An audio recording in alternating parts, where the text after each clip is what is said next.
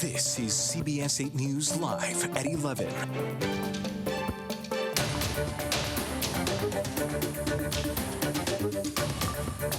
Take a look at what happened.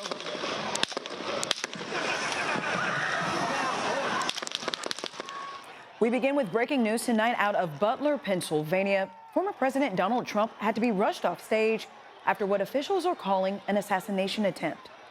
Law enforcement officials say the person who opened fire today was 20-year-old Thomas Matthew Crooks. He's from Pennsylvania, and they are confirming he is dead right now. Good evening, and thank you for joining us. I'm Kirsten Holmes. The Secret Service says former President Trump is safe. In a social media post, the former president said he was hit by a bullet in the top part of his right ear. At this hour, officials say a person attending that rally was also killed. 2 other people remain in critical condition tonight. At 11, we have the latest on this developing situation from Pennsylvania. We'll hear from a security expert on what goes into rallies like this one. We'll also take a look at what people nationwide were saying on social media moments after this shooting. CBS News' Lauren Linder is in Butler County, Pennsylvania tonight with the latest on this breaking news. Take a look at what happened.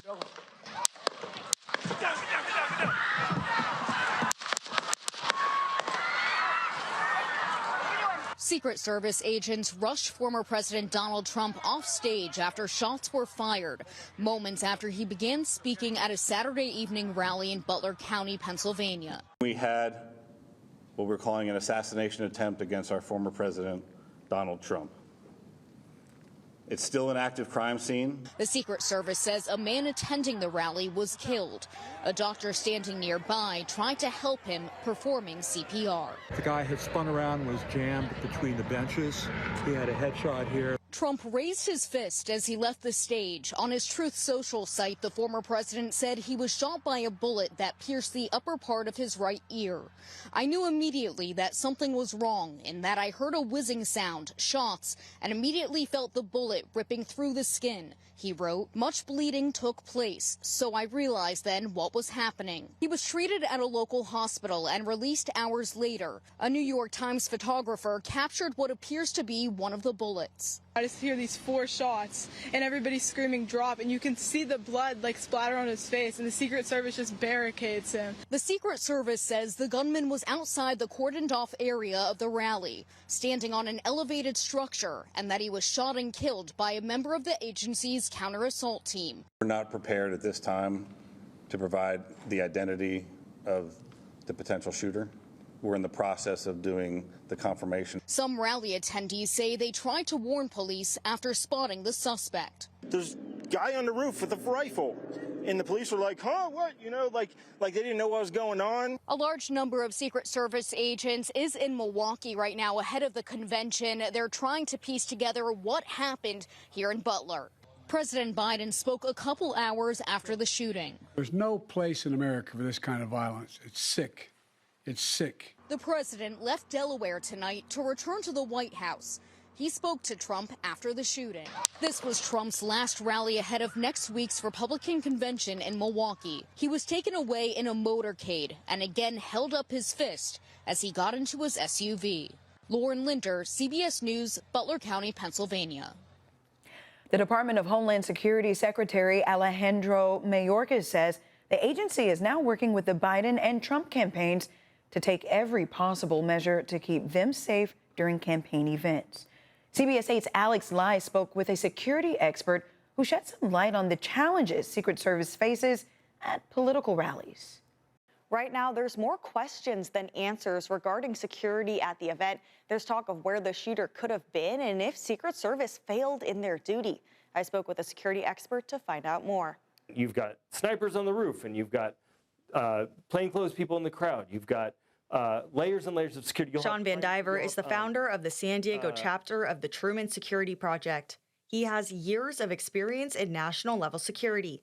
Van Diver says at typical high-profile events, there are layers of security. You would see things like access controls, right? Even further out from the event, you would see roadblocks, and then Secret Service or law enforcement or private security managing those roadblocks, checking your access to get in. Are you supposed to be here for this event? You'd see people on lists. You'd see badges. You'd see checks for people that are going to get close to the president. All those people behind the president on the stage, President Trump would have been background checked. He says at these types of rallies, a potential attacker would not even have to enter the event.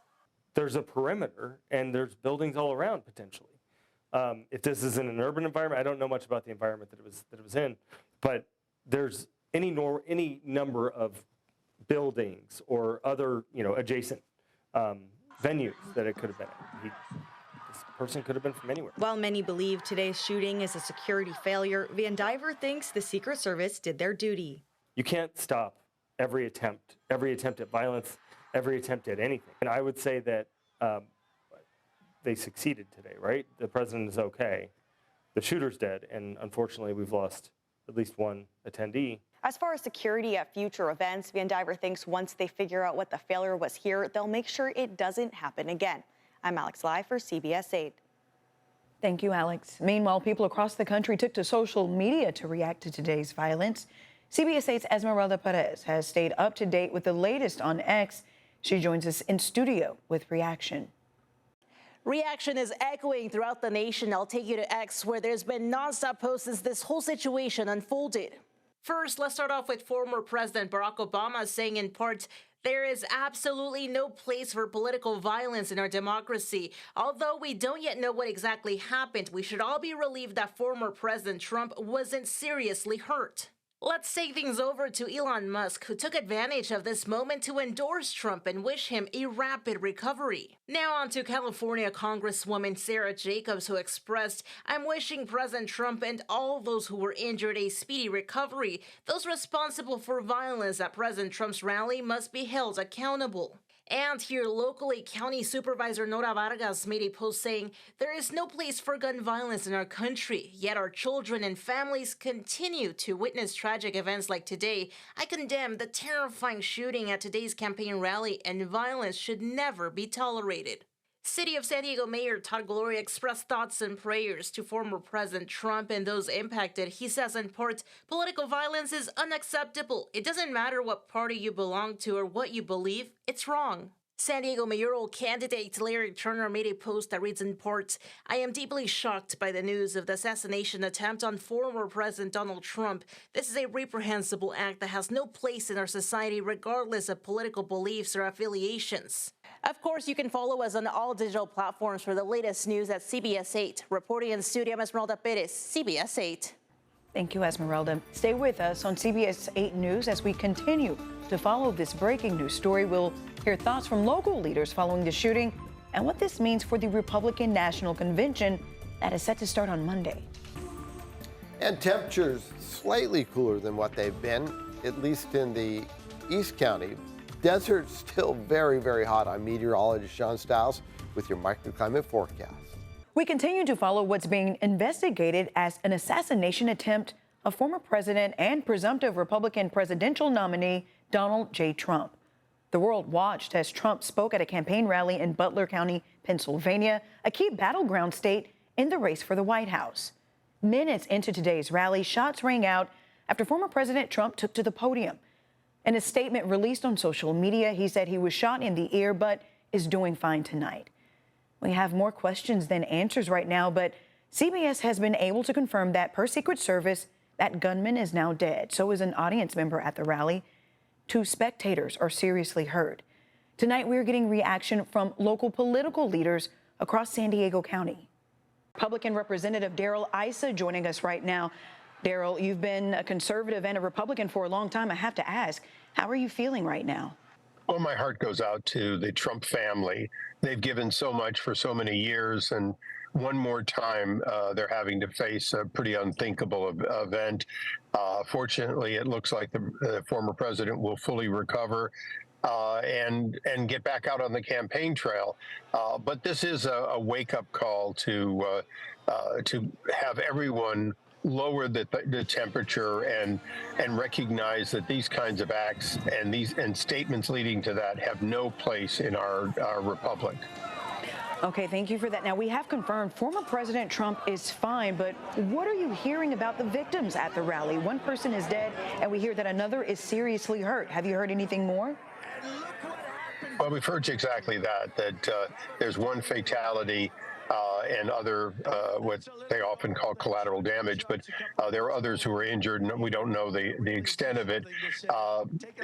Fortunately, it wasn't worse. The fact that weapons were able to get into a magnetometer-controlled area is quite shocking, but it does show that even with the best possible security, that of Secret Service, there's no guarantee, and that just as Robert Kennedy, John F. Kennedy, and Ronald Reagan all faced assassination, literally, or attempts, this is always a risk that people face on the campaign trail. We are looking at video from the incident in question, and we've also learned that the gunman was on the roof outside of the perimeter.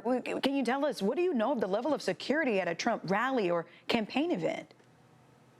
Well, the Secret Service provides snipers at these kinds of events who take positions that theoretically would spot a fellow sniper, if you will. And obviously, there's a failure there. I oversaw the Secret Service at one time, and as chairman of oversight, my expectation is there'll be a thorough after action. They'll figure out where and how and learn from it. The only good thing is that it wasn't worse. Somebody with a high-powered rifle at distance, it could have been much worse. Okay, so reaction from this shocking development is still pouring in locally. We have a Republican member of the San Diego County Board of Supervisors joining us now. Jim Desmond, thank you so much for joining us. This is a shocker that unfortunately, this is the discourse that we have become, which is not good. It's not healthy. And unfortunately, there's been so much hate and vitriol on these presidential candidates, and unfortunately, and it's come to somebody getting shot, and it's not good. I really, wish it had not have happened, and quite frankly, I'm happy that President Trump is still alive and he wasn't hurt or killed, but it's really a tragedy. I think just for our discourse and our that we have in our nation and how divided we are and have become, that this type of things happened. But imagine, hopefully, both sides think this is tragic, shouldn't have happened, and hopefully we can move on from this. And this is not the new norm, but this is a one-off, and hopefully it doesn't happen again. Wendy Patrick joining us now. I want to ask you about the building tension before today. There was threats of political violence if former President Trump didn't win this election in November. And now that we are here, I want to ask you, I have to be very direct here. Do you think that this will anger and embolden a lot of his supporters to possibly pursue further violence? Oh, we hope not. And we also hope that anyone who is incited to violence by watching this on either side of the aisle, we hope that we'll be able to catch that. You talk about threat assessment. It's about prevention, not necessarily prediction, because we can't always predict targeted violence, but we can do everything we can to prevent it. We have Corey Gustafson with the Republican Central Committee joining us now. Okay, so I got to ask this, after seeing something so critical at a time like right now, we are just days away from the Republican National Convention. How does this affect the presidential race? Well, look, I think that our focus is on making sure President Trump's all right. But I don't think it's going. I think Americans are going to see what Republicans have been seeing for the last 6 months, that President Trump's energized, out there fighting for the American people. Whatever comes his way, whether it be a justice system that's out to get him, whether it be an establishment that's trying to stop him from being president for the last 8 years, President Trump's going to take this in stride, and he's going to keep fighting. And what I am amazed by is that President Trump heard something going on over there, it seems like, when I've watched the video many, many times, and his head was turned in such a way that because he was turned like this, the bullet whizzed past his ear, through his ear. But if his head was straight ahead, looking directly straight at the crowd rather than the side, it might have gone right into his head a la JFK. So we were millimeters away, or a turn of the head away, from President Trump not making it out today. And so I think everybody has to remember that, about how close we were to having a repeat of 1963. A video is still so difficult to watch. Now, we want to tell you that we did reach out to a number of local Democratic leaders for reaction to today's shooting, and we are still waiting to hear back. When we land those interviews, we'll bring them to you right here on CBS 8. Right now, we have to get to Sean Stiles, who's going to bring us our weather impact, because we had a lot of days where we were watching out for alerts and warnings and advisories, but thankfully a cool down has now settled in across the county. Indeed, it has, Kirsten. The one place that's still pretty toasty are the deserts. So that's where your weather impact is. An excessive heat warning out there as you look towards the west from San Miguel Mountain there, the moon. It looks like the sun because it's so bright, the moon heading towards the horizon there, and a little bit of marine layer off in the distance. But for the most part, clear skies over the East County. As I said, that excessive heat warning over the deserts here in Southern California and into parts of Arizona. That will expire tomorrow night as the cooling trend continues. High temperatures around the county today. We are low to mid 90s in the inland microclimates, although Kempo pushed it over 100. Mountains, it's kind of interesting how Julian was 97, but Palomar Mountain and Mount Lagoon. The shooting at today's rally in Pennsylvania came less than 48 hours ahead of the Republican National Convention. And as CBS News found out, a lot of people in Milwaukee are now worried for what's to come on Monday. Why would that happen in the first place? It's not okay. Shock, fear, and safety concerns were at the top of mind for people in Milwaukee. People are really concerned about people's safety, and I think that reflects a lot about the situation right now, the tension, and I think that's something that we all got to be careful about. I was worried. I was worried that this might have been a more serious injury. After gunshots were fired at former President Donald Trump's rally in Pennsylvania, Milwaukeeans say they're worried for the Republican National Convention. Are you concerned, that something like that might happen at the 1,000%.